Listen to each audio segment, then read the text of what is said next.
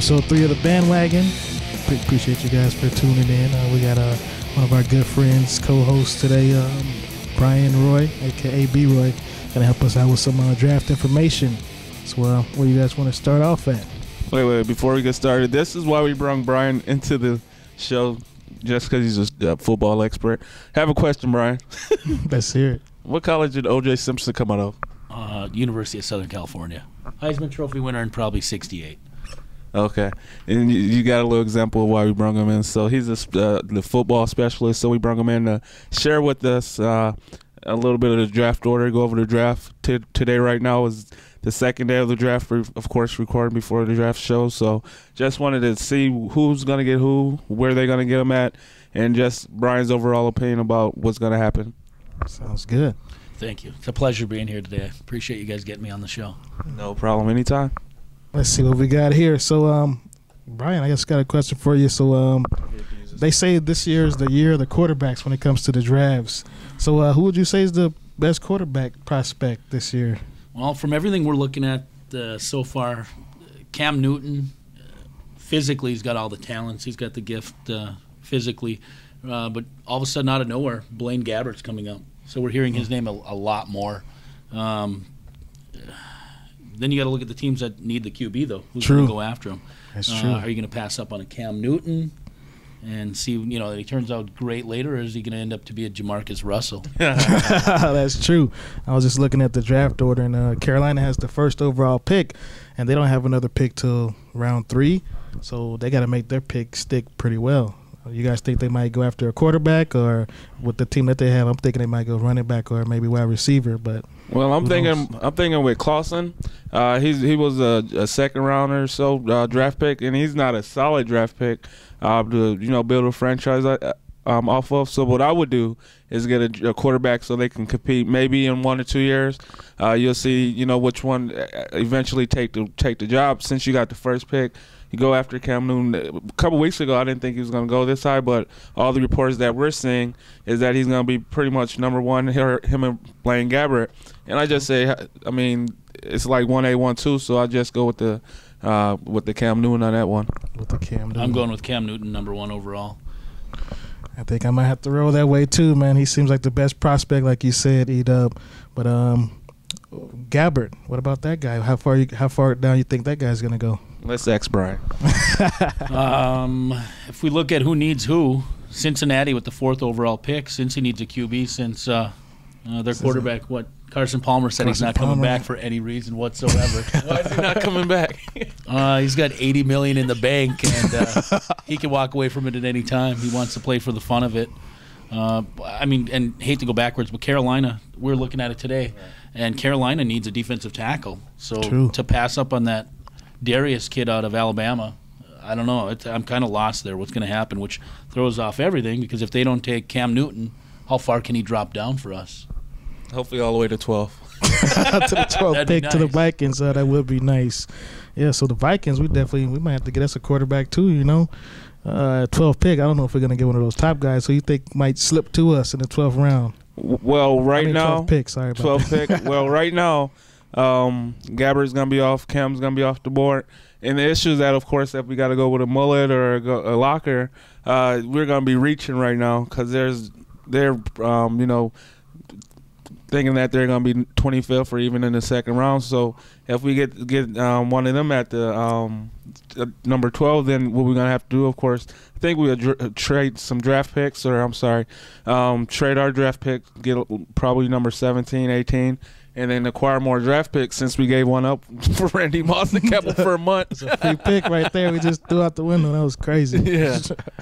Jake Locker today, they were talking Jake Locker when we were looking at ESPN. Mm-hmm. Jake Locker's pick for number 12 coming to us. Oh, okay. But that's a project. You get a Cam Newton or you get a Gabbert, he's ready to go probably that year if need be. True. That's true. My question is, Minnesota, say we get a Locker, and we get Carson Palmer. Okay, he's old, he's falling apart, but that may be some type of insurance policy that we could have. So then, would it be a good idea to take a Locker, to let him sit a year, let somebody like McNabb I got action about McNabb in Washington signed him last year to a contract extension, and then set him for Grossman at the end of the year. Now they may be looking for a quarterback. What do you think about that, Brian? Insanity, pure insanity. You go out and get him, and then you're looking for a QB in the upcoming draft. I don't get it. But Rex Grossman, he's not going to be the one that's going to bring him to the promised land either, though. So I don't know. Where are they at there on the 10th overall pick? You know, we might see a trade. There might be a trade coming around, and then every year you see some sort of trade at the last minute, where somebody's getting rid of somebody to move up in the draft. I'm kind of excited to see what happens this year. My heart tells me I want Cam Newton with the Buffalo Bills. That's Brian's secret team, the Buffalo Bills. Buffalo Bills get Cam Newton. They got C.J. Spiller last year. Cam Newton, that'd be a nice squad right there, you know. Lee Evans still there. So my question is, other than quarterback position, we see here that the defensive end position, defensive line position, we got a bunch of players. Who you think going to be the first defensive lineman taken out the draft? I'm going to say Marcel Darius from Alabama. Ran a good 40. I don't know what he came in at. I think 4.9 40 for a 310-pound guy. Oh wow! Yeah. So, and he caused havoc in the college ranks last year. Really good guy. A lot of people are saying he's the best guy in the draft. Yeah. I'm like, whoa, Parrott, really? best guy, Parrott? That's what they're saying. Marcel Darius could go number 1 overall. That'd Which be crazy. throws off everything again. Yeah. So- Or Von Miller, the outside linebacker from Texas A&M. The one that ran a 4.40. Damn. That's crazy. That's pretty good for outside linebacker. It's pretty good for anyone, you know. You guys ready to move on to the next topic? Next topic is NBA playoffs. NBA playoffs. I'm just happy the Lakers lost today. Yes. I hate the Lakers, man. Lakers lost to who? Who did they lose to? The Hornets. CP3 got them. Lakers. So what is the bracket? I know that the Lakers is playing the Hornets. Boston just played the Knicks and beat them. Amen. Ray Allen, wow. Ray Allen got the shut off with a couple 10 seconds to go and beat them. And what Spurs are playing against Memphis, they lost too. Do you think Memphis is going to beat them? They already beat them. I mean, in the 7-game series. No, not in the 7-game series, but they starting out pretty good, you know. What do you think, Brian? I'd say the title goes through Chicago. Without a doubt. Brian's a smart man. Chicago versus the Lakers, huh? You put your money on Chicago against the Lakers, buddy? Lakers. The Lakers just lost. Man, do you really think the Hornets are going to take that series? Would you put your money on that? I think the Lakers going to beat them. Right. It's going to beat the who they're playing again? I'm sorry. Who? They're playing New Orleans. I think they're going to beat New Orleans. Right. Lakers going to beat them. Then they're going to have to face Oklahoma because Oklahoma's going to win their series. And I think that Oklahoma's going to beat the Lakers. Ooh. Man, you give me a headache over here. Out of the West, I'm going to say the Lakers. It's got to be the Lakers. I mean, Oklahoma City has a pretty good team, but they just don't have the experience yet. You know, They got Perkins, man. He's going to kill. Gasol, he ain't going to do nothing. You remember in the playoffs last year before that, you know? Perkins is all right, but I would never take him over Gasol or Bynum, you know? Would you? No, I didn't say take him head to head. I'm saying defense-wise. I'm pretty sure Orlando's gonna get this series against the Hawks, man. They're playing in the East though, and that's where I think the title's going to somebody in the East. It's going to be somebody. So you're in the East. It's going to be tough. This is the time of year though, and this is the best basketball. So as of right now, let's make a prediction for the East Championship and the West Championship. Who's going to be the last two teams on each side? Me, I have to say it's going to be, of course, the Lakers. We know they're going to be there. Out of the East, man, it's a tough one right there. It's tough, but I'm gonna roll with Chicago. So we have Chicago. Chicago's gonna play who in the conference championship? I say the Heat. So it's gonna be Heat and Chicago, and then for the West, who do you think, Brian? I'm gonna say Chicago and Boston. Chicago and Boston. Hey, that's my picks too. But the Lakers not gonna make it. So it's gonna be Oklahoma. It's gonna make it. This guy over here, man. Why are you hating on the Lakers? That leads me to my next question. Okay. You read about Allen Iverson? Mr. Allen Iverson, who is that guy? Hey, that's the question he want to ask you. Don't you know who I am? That's what he said to the cops. You know, he got pulled over in his silver Lamborghini, driving around in Atlanta with expired tabs. Ended up getting it towed arguing with the cops for about 15, 20 minutes. They said he was like, "You guys don't know who I am. I got 10 more of these." You know, it's like, Go ahead and tow it. people are crazy these days. The cockiness of these players, man. Allen Iverson haven't made a basket in the NBA in a couple years. I don't know who. He's not doing too well in Turkey either. You know? I couldn't even find him on Google. He's not even. What came Seriously, I was trying to find his stats. I couldn't even find him in Turkey. I didn't even see his name over there in Turkey, actually. But they say he plays for Turkey. And that's what I'm gonna do. Police gonna pull me up like, "Don't you know who I am?"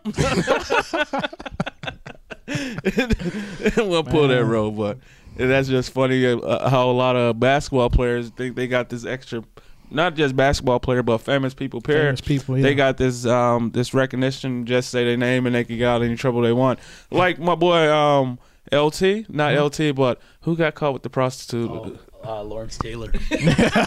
Lawrence Taylor, ex-world champion with the Giants linebacker. Ooh. I thought he was going to skate on that one, but I mean, he really did. He didn't really get no jail time or anything like that. He just got probation, didn't he? Yeah, he came clean and he got probation out of it. And his wife took him back, so it's all a happy family. So it's a win-win for everybody. You think you're going to pull that one after you get pulled over? Say, "Don't you know who I am?" I am on the bandwagon. On the bandwagon, you don't know who I am. Okay, and that's enough of football and basketball. We're going to go to an interview we had with Kenny J, not to be confused with Kenny G, Kenny J, and rock and roll Buck Zumhoff. I know you know him, Brian, around your time, huh? Oh yeah, I grew up watching rock and roll Buck Zumhoff wrestle in the '80s, so he's quite the character. I'm glad we got him. Let's see him. I bet you haven't changed a bit. I'm Darren, and I'm here with legendary. Go ahead, sir. Rock and roll Buck Zumhoff, Darren. It's good to be here. Yeah, good to meet you, sir. Now, give me a little bit of what were some of your favorite matches? Well, you know, I've been very fortunate. I wrestled all over the world. Some of my biggest and famous matches were the Iceman King Parsons. We wrestled the Long Riders in Texas for the Texas Tag Team Champions. We won the match that day. That was the same day that Ric Flair wrestled at Kerry Von Erich, and of course the championship changed hands. It was a big day. You can still see it on rockandrollwrestling.com and what we call our reruns on there. Of course, I wrestled Steve Regal for the Cruiser Championship here in St. Paul, Minneapolis, big days. Bobby the Weasel Heenan, remember, busted my radio, the God-given radio 20-some years ago. I still go to arenas all over the world, all over the country. People say, "God, I remember the day the music died." Of course, that was a big event for me. I wrestled with Andre the Giant. 40, 50,000 people in the St. Paul Civic Center. Andre the Giant rock and roll wrestled Bobby the Brain Heenan and Ken Patera in the main event that people still talk about today. Of course, the tours in Japan, 100,000 people at these wrestling shows when I toured Japan. When I wrestled in Germany, when I wrestled all over, I want to thank my good fans and God above for the great career that I've had. And at 60 years old, last week, I'm still not done. We're running Rock and Roll Wrestling. We at Rock and Roll Wrestling haven't had a weekend off, going on 11 years. Matter of fact, that I'm done here at Kenny J's event here. I'm running up to Hudson. We're going to be there tonight for a championship match about 10 o'clock tonight, so we're very busy. Sounds good. Now, tell me, were you involved in any cage matches? You betcha. I wrestled Bobby Heenan quite a few times in a cage match.